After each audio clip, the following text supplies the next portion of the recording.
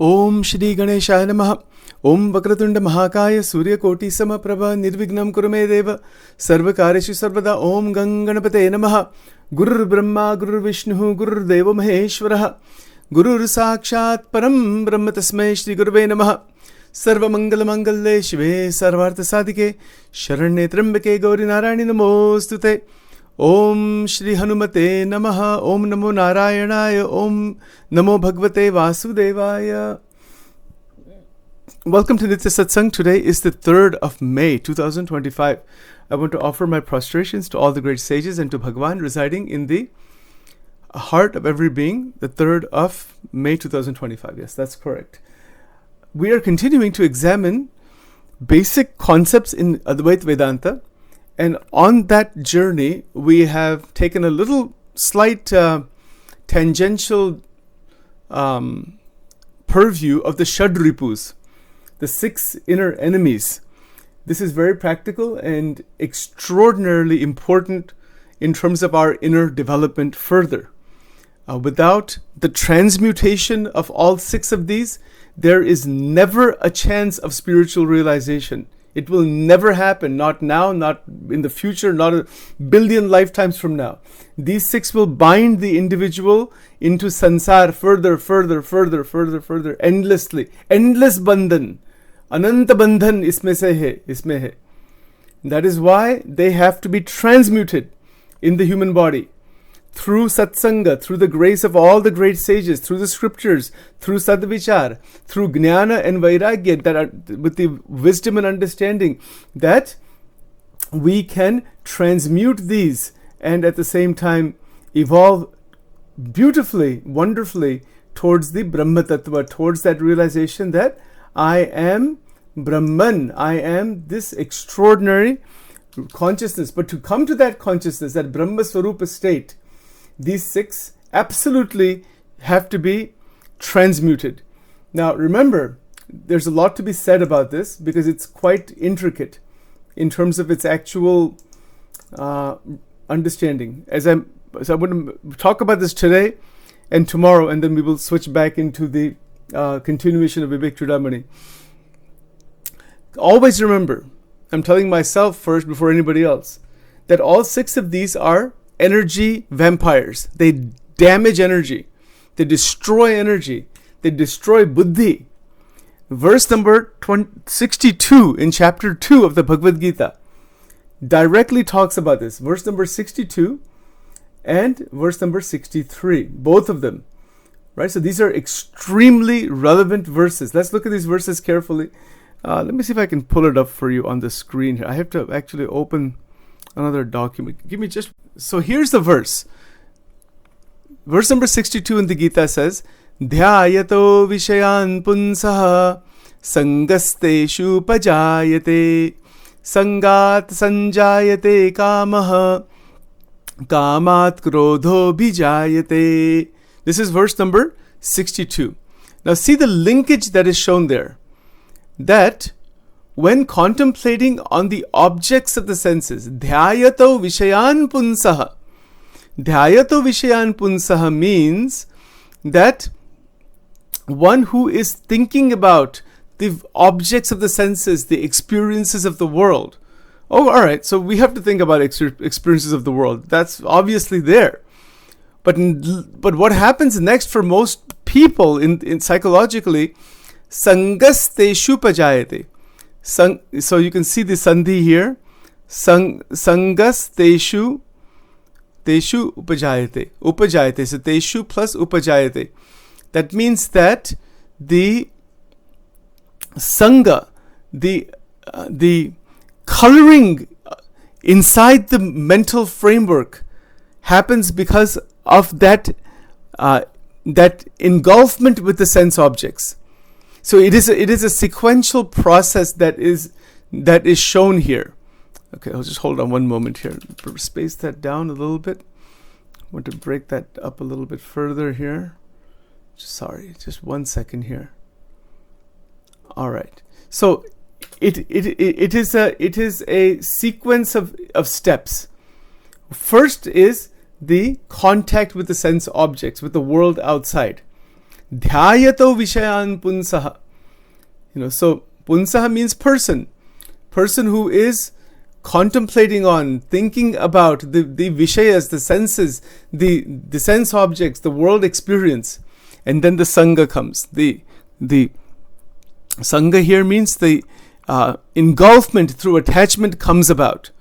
Sangasteshu upajayate. Upajayate means what is born there is that this deeper oneness with those experiences is born inside the mind, inside our system.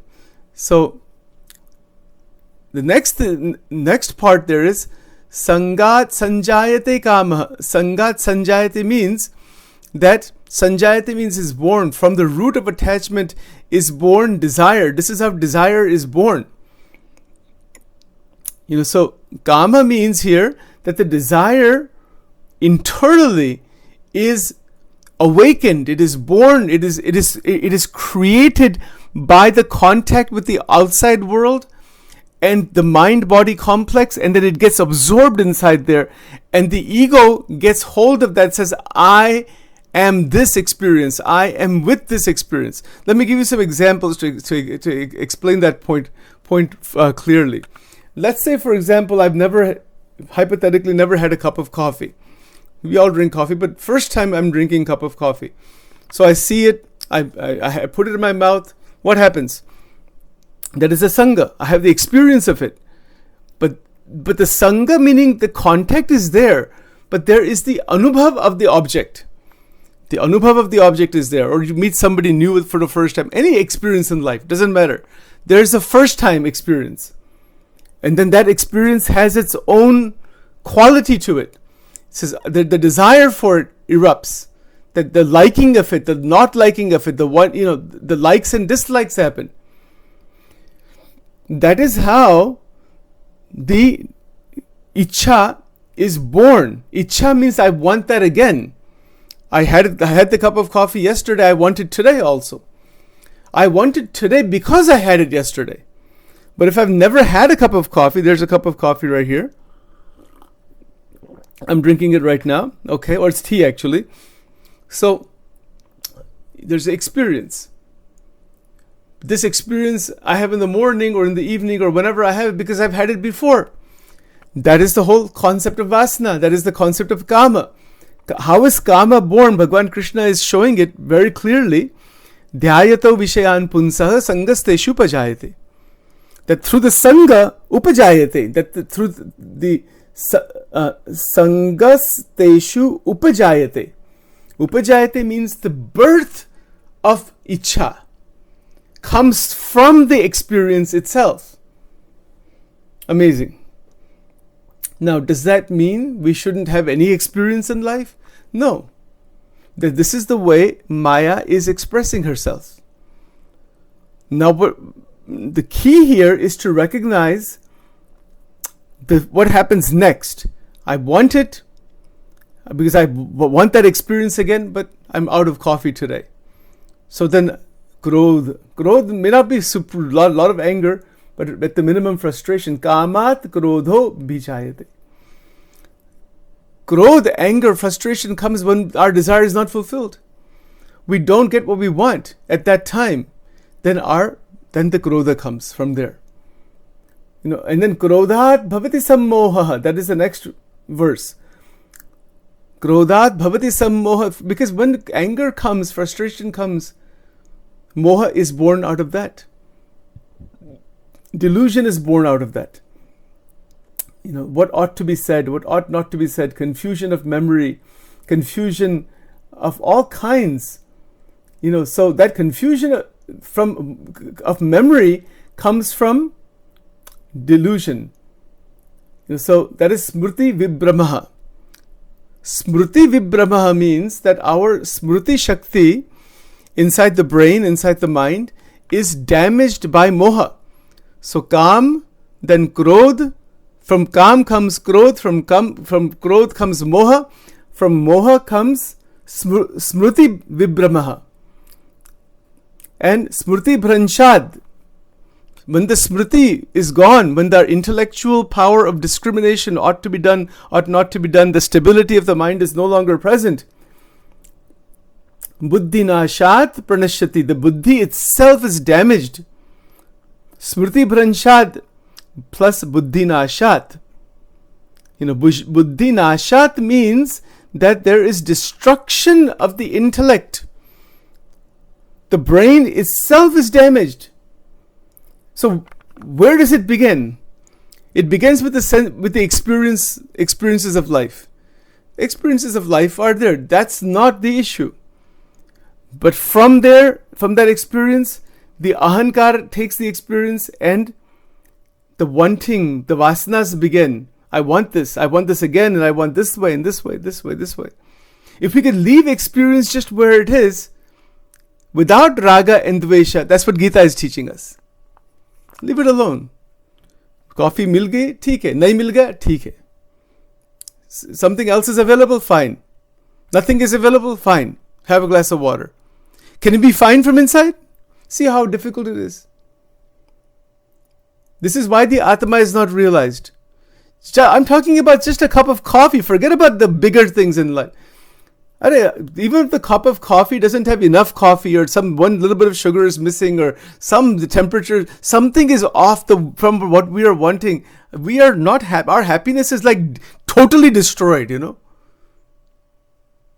We get, now, Bhagavan Krishna uses the word krodha, but it may not be like krodha, it may be like, kuch maja nahi aa gaya, I have biscuits, 50 kinds of biscuits are there, all those in the Indian store. I don't know those Good Day biscuits and all those. I don't know all those names. You have everything in the kitchen, Everything is there. But the coffee is not the right temperature. Oh, put it back in the microwave. I have to get to that thing, It has to be the way I want it. And then I'm going to be, absolutely happy, as if God is going to come in front of us with the right temperature of coffee. This is our life. हमारा सबका जीवन ऐसा ही है. This is how life goes. But what Bhagavan Krishna is saying, that the application of these ideas is relevant, because this krodha, it can go to any level. It happens in families, right? Wife has made the coffee for the husband, and he says, "Ye kya banaya?" And he's so blistering mad. I say, itna krodh because of some temperature issue, some masala issue, some tea masala is not the right one, or some mistake was made, something was wrong somewhere. Itna krodh, itna ye, itna kya. The human being lives inside this bondage that Bhagavan Krishna is talking about.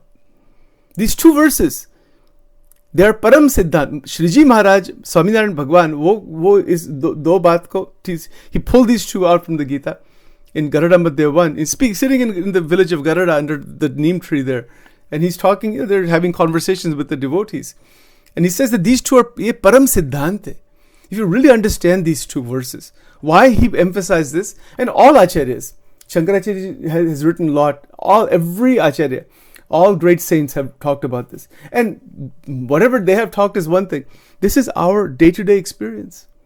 Our day-to-day experience is this. And what is the end result? Buddhi nash. Buddhi ka nash. And jab buddhi nash hota hai, to usme se kya hota hai? That is what's happened in the world. That's why these wars are going on. All the war at the global level, all the way down to all the individual level conflicts and everything in between. From the global to the individual, iska karan ye do verses hai. That's what it is. So, what do we do? What is the practical sadhana? Just take another minute and we'll stop here. That in all experiences, Bhagavan Krishna is teaching us samatva rakhna, samatva, equanimity. Your happiness is not conditioned on those objects. That is the difference. If you remember, we talked about these two words before, paradhin and swadhin. Bhagwan ka jo naam hai, the further we go in naam ratan, in naam jap, Bhagvat naam, Kali Yuga mein naam adhara, the more we go into that, the more we are coming closer to the Paramatma sitting inside of us. And in that sense, the bhakta realizes that my connection with Bhagavan is disturbed because of this kam, krodh, lobh, moha, this delusion, all these things. This is taking my intelligence. It's damaging it. And it's not going to allow me to function in the best way. You see, so to function in the best way with love, in the family, in the environment, with community, with everyone, that equanimity is necessary. Equanimity is samatva, sthita pragna. See, pragna means intelligence. Sthita means steady, and this this sameness among the different experiences, the stability among the different experiences, the harmony among the different experiences. It's internal harmony. इसको मानसिक स्थिरता कहते हैं. So the intelligence is enlivened by this same Shakti. The same Shakti that was being destroyed by Kam, Krodh, Moha. Kam, Krodh, Moha. And then from Moha, Smriti Bhranshad. That's the fourth, the damage to the memory of memories, the right things that should be done. Smriti meaning kya karna chahiye, what we should be doing, all of the good ethics, values, these things get damaged. And then from there gets damaged the intelligence itself. So to prevent this from happening, to not go in that direction, pull the energy out of the second step. The experience of the first step is there. But now the vasanas are getting born inside. I want this and I want this and I want this. Okay, hold on. Leave it there. You have experience of it. It's all right. It's going to remain. Leave it where it is. Stay in the present. Still, we pull up the experience of the past. But if things don't go our way, we are not disturbed at all. We are steady. That natural steadiness, that natural living in that beautiful, harmonious space is what the goal is actually. Then as living in that completely, the buddhi, the mind, indriyas, everything, we are no longer stuck. We're no longer trapped inside this limitation. And now that same power is available for everything else we want to do in our life. Life becomes so beautiful. So experiences of life continue, but there is no damage to energy. There is no entanglement in terms of this downward chain all the way down to the buddhi nashat pranashyati. That's not there. And then the preparation is there. The preparation is there for Vivek Chudamani. Then this is how Vivek Chudamani begins. Then you can actually reach the Chudamani is the crest jewel, right? In the crown. That is called, so to reach that state of Viveka, to reach the Atma Tattva, the Brahma Tattva, in that extraordinary freedom, this is the foundation. To pull energy out of all of this, then apply it towards higher goals. And then as we do that, then it is anubhav. It's sab anubhav ka prashna hai, aparoksha anubhuti. All right, okay, let's stop here for now. We'll pick it up tomorrow. Om Divalingaya Namah, Urdhvalingaya Namah, Anandalingaya Namah, Dvadish Jyotirlingaya Namo Namah, Om Trambakam Yajamahe, Sugandim Pushtivardhanam, Urvarukam Ivabandanan Mritya Mukshya Om Namah Shivaya, Om Namah Shivaya, Om Namah Shivaya. Om Sarva Mangala Mangalle Shive Sarvartha Sadhike Sharanye Trambake Gauri Narayani Namostute Dhyanamoolam Gurur Murti Mantramulam Gurur Vakyam Pujamulam Gurur Padam Mokshamulam Gurur Krupa Om Aim Hrim Klim Chamundaye Vichye Swaha Om Durge Durge Rakshini Tha Tha Swaha Om Shri Radha Krishna Arpanamastu.